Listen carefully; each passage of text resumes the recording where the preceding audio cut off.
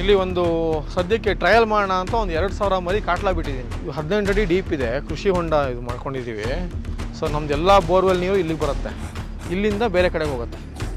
ನವಿಲು ಮತ್ತು ಜಿಂಕೆ ಯಾವುದನ್ನು ಬಿಡಲ್ಲ. ಟಾರೆಡು ಹೀಗಾಗಿ ಟಾರೆಡ್ ಎಲ್ಲ ಬರುತ್ತೆ. ಇದೇ ಹಳೆ ಕಾಲದಲ್ಲಿ ಕಂಡಿದ್ಯಾ?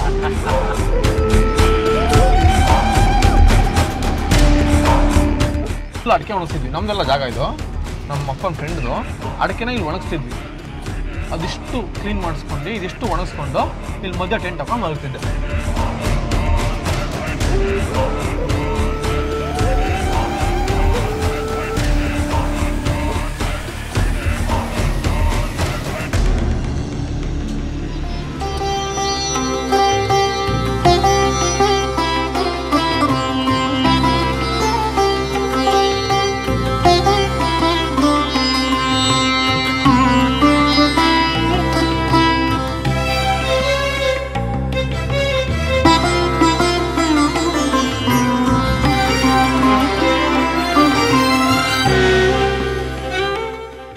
ನಮಸ್ಕಾರ, ನನ್ನ ಹೆಸರು ಮನಸ್ವಿ ಹೆಗಡೆ ಅಂತ. ನಾನು ಶಿವಮೊಗ್ಗ ಡಿಸ್ಟಿಕ್ ಸೊರಬ ತಾಲೂಕಿನ ಕೆರೆಕೊಪ್ಪ ಗ್ರಾಮದವನು. So I am an entrepreneur. ನಾನು ಆರ್ಗ್ಯಾನಿಕ್ ಫಾರ್ಮಿಂಗ್ ಮಾಡ್ತೀನಿ, ಮಶ್ರೂಮ್ ಫಾರ್ಮಿಂಗ್ ಮಾಡ್ತೀನಿ. That is my main business. ಅದ್ರ ಜೊತೆಗೆ ಬೇರೆ ಬೇರೆ ಥರದ ಕೃಷಿ, ಸೊ ಇಂಟಿಗ್ರೇಟೆಡ್ ಫಾರ್ಮಿಂಗ್ ಅನ್ನೋ ಹಂಗೆ ನಮ್ಮ ತಂದೆ, ನಮ್ಮ ಅಂಕಲ್ ಆಗಲಿ ಎಲ್ಲರೂ ಅಗ್ರಿಕಲ್ಚರ್ ಬ್ಯಾಕ್ಗ್ರೌಂಡಿಂದ ಬಂದವರು. ಸೊ ಅವ್ರ ಜೊತೆ ಸಪೋರ್ಟಿವ್ ಆಗಿ ಅಡಿಕೆ, ಶುಂಠಿ ಮತ್ತು ರಾಂಬೂಟನ್ನು ಮತ್ತು ಮಲ್ಟಿಪಲ್ ಕ್ರಾಪ್ಸು ಮತ್ತು ಫಿಶಿಂಗು ಇದೆಲ್ಲ ಮಾಡ್ತಾಯಿದ್ದೀನಿ. ಸೊ ಆಲ್ಸೋ ಮೈನ್ ನಂದು ಬ್ರೆಡ್ ಆ್ಯಂಡ್ ಬಟರ್ ಆ್ಯಂಡ್ ನನ್ನ ಇನ್ಕಮ್ ಏನಿದೆ ಮಶ್ರೂಮ್ ಫಾರ್ಮಿಂಗಿಂದ. So as a resource person agriculture universities, colleges ಎಲ್ಲ ಹೋಗಿಬಿಟ್ಟು ಆ್ಯಂಡ್ ರೂರಲ್ ವುಮೆನ್ ಡೆವಲಪ್ಮೆಂಟ್ಗೆ ಮಶ್ರೂಮ್ ಫಾರ್ಮಿಂಗ್ನ ಮಶ್ರೂಮ್ ಫಾರ್ಮಿಂಗ್ ಏನಕ್ಕೆ ಮಾಡಬೇಕು, ಜೊತೆಗೆ ಅದರಿಂದ ಆಗೋ ಬೆನಿಫಿಟ್ಸ್ ಏನು, ಒಬ್ಬರು ಹೇಗೆ ಒಂದು ಜೀವನ ಕಟ್ಕೋಬೋದು ಅದರಲ್ಲಿ. ಆಲ್ಸೋ ಈಗ ಯಾರು ಫ್ರಾಂಚೈಸಿ ತೊಗೋಬೇಕು ಅಂದರೆ, ಇನ್ವೆಸ್ಟ್ಮೆಂಟ್ ಮಾಡಿಕೊಂಡು ಬಿಸ್ನೆಸ್ ಮಾಡಬೇಕು ಅಂತಂದರೆ ಪ್ರತಿಯೊಂದಕ್ಕೂ ನಾನು ಸಪೋರ್ಟ್ ಮಾಡ್ತಾಯಿದ್ದೀನಿ. ಮತ್ತು ನಮ್ಮ ಲೋಕಲ್ದು ಮಂಕಾಳ ರೆಡ್ ಅಂತ ಒಂದು ಬರುತ್ತೆ. ಸೊ ಮತ್ತು ಗಮ್ಲೆಸ್ ಇದೆ, ಡಿಫ್ರೆಂಟ್ ವೆರೈಟೀಸ್ ಆಫ್ ಹಲ್ಸು ಒಂದು ಸೈಡಿಗಿದೆ. ಸೊ ಮತ್ತು ಇದು ಮಾವಲ್ಲೂ ಅಷ್ಟೇ ಮಲ್ಲಿಕಾ ಮತ್ತು ರಸ್ಪುರಿ, ಬಾದಾಮು, ಆ ಥರ ಎಲ್ಲ ಥರ ವೆರೈಟಿ ಮಾವುಗಳು ಇದ್ದಾವೆ.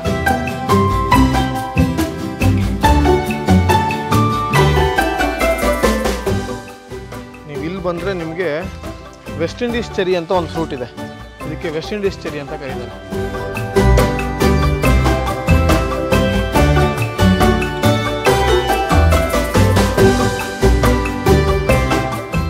ಸೊ ಹಾಗೆ ಮಶ್ರೂಮಲ್ಲಿ ನಾನು ವ್ಯಾಲ್ಯೂ ಆಡೆಡ್ ಪ್ರಾಡಕ್ಟ್ಸ್ ಮಾಡ್ತಾ ಇದ್ದೀನಿ.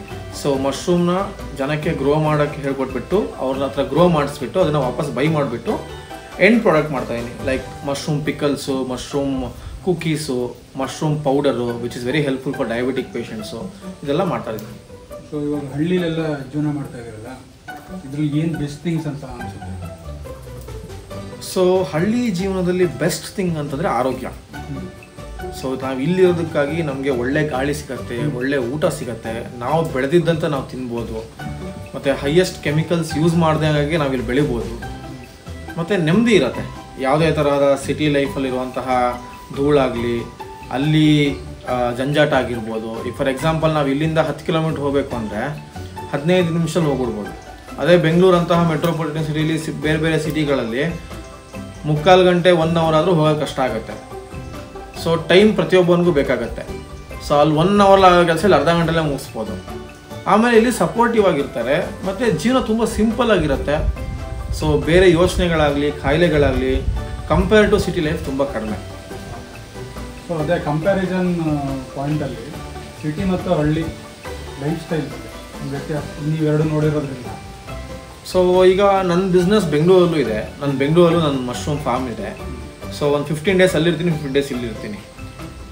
ಆ್ಯಸ್ ಅ ಬಿಸ್ನೆಸ್ ಪರ್ಸ್ಪೆಕ್ಟಿವಲ್ಲಿ ನೋಡಿದ್ರೆ ಸಿಟಿ ಬೇಕೇ ಬೇಕು ನಮಗೆ.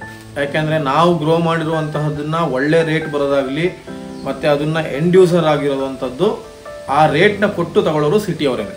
ಹಾಗಾಗಿ ಸಿಟಿಯವರು ನಮಗೆ ಬೇಕೇ ಬೇಕಾದ. ಯಾಕೆಂದರೆ ಅವ್ರು IT BTಲಿ ಇರ್ತಾರೆ, ಒಳ್ಳೆ ಇನ್ಕಮ್ಸ್ ಮಾಡ್ತಿರ್ತಾರೆ, ಅವ್ರಿಗೆ ಹೆಲ್ದಿಯಾಗಿ, ಅವ್ರಿಗೆ ಈಸಿಯಾಗಿ ಅವೈಲೇಬಲ್ ಇರುವಂತಹ ವಸ್ತುಗಳು ಬೇಕಾದ್ರೆ ನಮ್ಮ ಸಿಟಿ ಬೇಕಾಗುತ್ತೆ. ಬಟ್ ಇನ್ನೊಂದು ಏನಾಗುತ್ತೆ ಅಂತಂದರೆ, ನಾವು 2 ಲೈಫ್ ನೋಡಿದ್ದಕ್ಕಾಗಿ 1-2 ದಿನ ನಮಗೆ ಹಳ್ಳಿ ಲೈಫಿಂದ ಸಿಟಿಗೆ ಹೋದ್ವಿ ಅಂತ ಅನ್ಸುತ್ತೆ. ಬಟ್ ಅಲ್ಲಿ ವಾತಾವರಣ ಆಗಿರ್ಬೋದು, ಅಲ್ಲಿ ನಮಗೆ ಡೈಲಿ ಓಡಾಡ್ಲಿಕ್ಕೆ ಬೇಕಾಗಿರುವಂತಹ ಖರ್ಚು, ಅಲ್ಲಿ ಊಟ ತಿಂಡಿ ವ್ಯವಸ್ಥೆಗೆ ಖರ್ಚು, ಮತ್ತು ಅಲ್ಲಿ ಫುಡ್ಗೂ ಇಲ್ಲಿ ಫುಡ್ಗೂ ತುಂಬಾ ಡಿಫ್ರೆನ್ಸ್ ಇದೆ. ಇಲ್ಲಾದರೆ ಮನೆ ಊಟ, ಅಕಸ್ಮಾತ್ ಇಲ್ಲಿ ಯಾವ್ದಾದ್ರು ಹೋಟ್ಲಲ್ಲಿ ಊಟ ಮಾಡ್ತೀವಿ ಅಂತಂದ್ರೂ ಅಷ್ಟೊಂದು ಮಸಾಲ ಆಗಲಿ, ಟೇಸ್ಟಿಂಗ್ ಪೌಡ್ರ್ ಆಗಲಿ ಆ ಥರ ಯಾವುದೂ ಯೂಸ್ ಮಾಡಲ್ಲ. ಯಾಕೆಂದರೆ ಇಲ್ಲಿ ಬರೋರೆಲ್ಲ ಹಳ್ಳಿ ಜನ ರೆಗ್ಯುಲರ್ ತಿನ್ನಕ್ಕೆ ಬರೋರು ಮತ್ತು ತುಂಬ ಅಫೋರ್ಡೆಬಲ್ ಬೆಲೆಯಲ್ಲಿ ಸಿಗುತ್ತೆ ಇಲ್ಲಿ. ಏನಕ್ಕೆ ಅಂತಂದರೆ ಇಲ್ಲಿ ಬಾಡಿಗೆಗಳು ಕಡಿಮೆ ಇರ್ತವೆ, ಇಲ್ಲ ಸ್ವಂತ ಜಾಗಗಳಿರ್ತವೆ. ಸೊ ಹಾಗಾಗಿ ಬಟ್ ಸಿಟಿಲಿ ಹೋದಾಗ ಏನಾಗುತ್ತೆ, ಅವ್ರು ಬಾಡಿಗೆನೂ ಕಟ್ಟಬೇಕು, ಲೇಬರು ಜಾಸ್ತಿ ಇರ್ತಾರೆ, ಅದೆಲ್ಲ ಸೇರಿಸ್ಬಿಟ್ಟು ನಮ್ಮ ಕಸ್ಟಮರ್ ತಲೆ ಮೇಲೆ ಹಾಕ್ತಾರೆ. ಆ್ಯಂಡ್ ಆ ರೇಟ್ಗೆ ಆ ಕ್ವಾಲಿಟಿ ಫುಡ್ನ ಕೊಡೋಕ್ಕೆ ಆಗಲ್ಲ ಅವ್ರ ಹತ್ರ. ಸೊ ಹಾಗಾಗಿ ಸಿಟಿ ಲೈಫ್ಗೂ ಇಲ್ಲಿ ಲೈಫ್ಗೂ ಕೆಲವೊಂದು ವ್ಯತ್ಯಾಸಗಳಿದ್ದಾವೆ. ಆಮೇಲೆ ಇಲ್ಲಿ ಹಳ್ಳಿಗಳಲ್ಲಿ ಒಂದು 20-25 ಸಾವಿರ ತಿಂಗಳಿಗಿದ್ದೂ ರಾಜಾರೋಷವಾಗಿ ಬಾಳ್ಬೋದು. ಅದೇ ಸಿಟಿಯಲ್ಲಿ ಅದಷ್ಟು ದುಡ್ಡು ಒಂದೇ ದಿನ ಖರ್ಚಾಗುತ್ತೆ. ಯಾಕೆ ಅಷ್ಟು ಆಪ್ಷನ್ಸ್ ಇದೆ ಅಲ್ಲಿ ಖರ್ಚು ಮಾಡೋಕ್ಕೆ, ಇಲ್ಲಿ ಅಷ್ಟು ಆಪ್ಷನ್ಸ್ ಇಲ್ಲ ಖರ್ಚು ಮಾಡಲಿಕ್ಕೆ.